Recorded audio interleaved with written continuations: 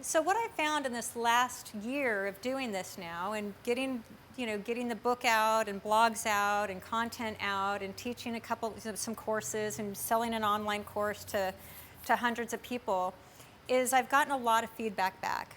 And what I found is that where a lot of problems happen in marriages when it comes to money, and not necessarily this group maybe as much, but in general, I said this early on, but it's in money proficiency. We don't have the same background with money. So all we can come to the money table with is our beliefs and our feelings without any sort of grounding, any sort of fundamentals, any sort of rock solid knowledge. So we just work from a place of feelings. It's usually dysfunctional because we inherited that neurosis, that money neurosis and dysfunction from our parents, and we apply it because that's all we know. So that's what I found is that how we really solve this is have a same money proficiency, but we have to go learn it. We have to take time out and learn, and it's what most of us don't do. So the goal as couples is to have a rock solid money proficiency, a money understanding, a base knowledge. And it doesn't have to be expert knowledge. It's just the understanding of the fundamentals and how money works. And I'm going to describe my money system in the process section tomorrow. So money proficiency, what happens is that when we don't have a money proficiency, money can be a real power play in a relationship. So the power play can really hurt relationships, and let alone the feelings and this other thing. But money's power. Money, it can really throw a marriage out of balance. And so if one person's the only money earner and we don't have an equal understanding with money, out of balance. Now marriages that are out of balance and power balance, what happens? It usually doesn't set us up for the best marriage.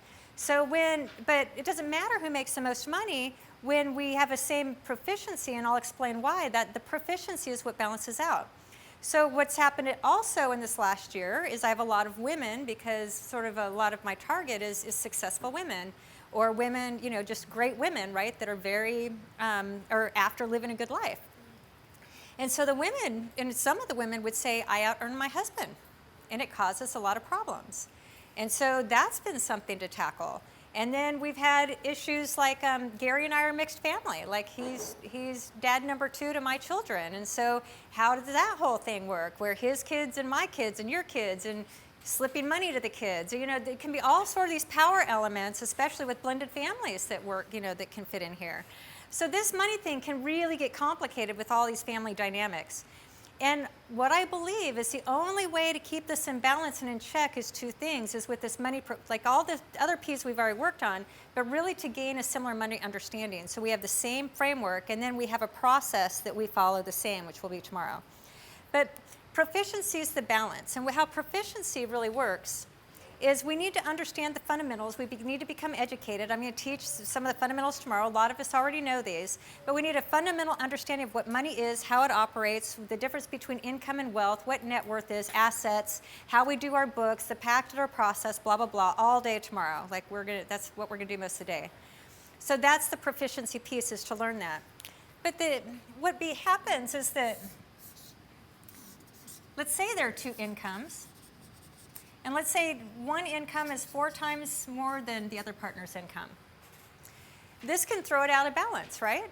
Because if we associate a lot of power in the relationship with money, we just know how that can go. Or maybe one of us don't work. We don't work. So that can be a real power issue when one person's earning all the money. Or sometimes in the case, especially when it's sort of a flip dynamic and it's a little untraditional with the wife far out earning the man. So it can keep this balance. So how we balance it is through the money process. But when we gain this money proficiency, we don't care who earns the money. We don't care if one earns more than the other. We don't care if one earns all the money and the other doesn't. This is our money knowledge. This is our knowledge of how money works. And this is sort of our practice, or like the process of how we work with money. So when we're on the same page for this, it doesn't matter. The more money sources, the better. Mine, yours, create additional income streams. We'll talk more about all that tomorrow, because it all comes out to help you and me live our wealthy life together. So when we're in it together and we know that we know where we're going and what we want to do with our money, and we can talk the same money language, the basics, nothing, no expert. Joe can talk this VC world, and he says these, investment things, and I'm clueless. I'm like, I have no idea what you're talking about. I'll nod my head and pretend I understand you. So money can, go very high level, and there's certain expertise there, but we don't care about that in our relationships, and it doesn't care if even one of us is at that level. We just need this base platform of knowledge. And it's an obligation for us to learn this together and to have the same sort of distinctions and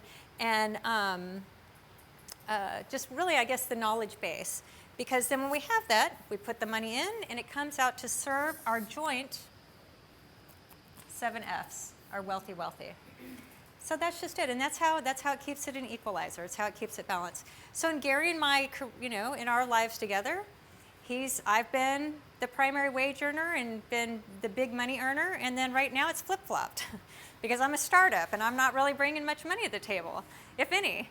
So now he's really that. But it doesn't matter. Like, we don't even care who makes more money, because it's like, babe, bring more in, because that just means we're coming out. And when it flip-flops and this baby takes off and that's the goal, he's going to be the first thing. So it's just more going in, and we've got this system worked out, and it's all going to fund what?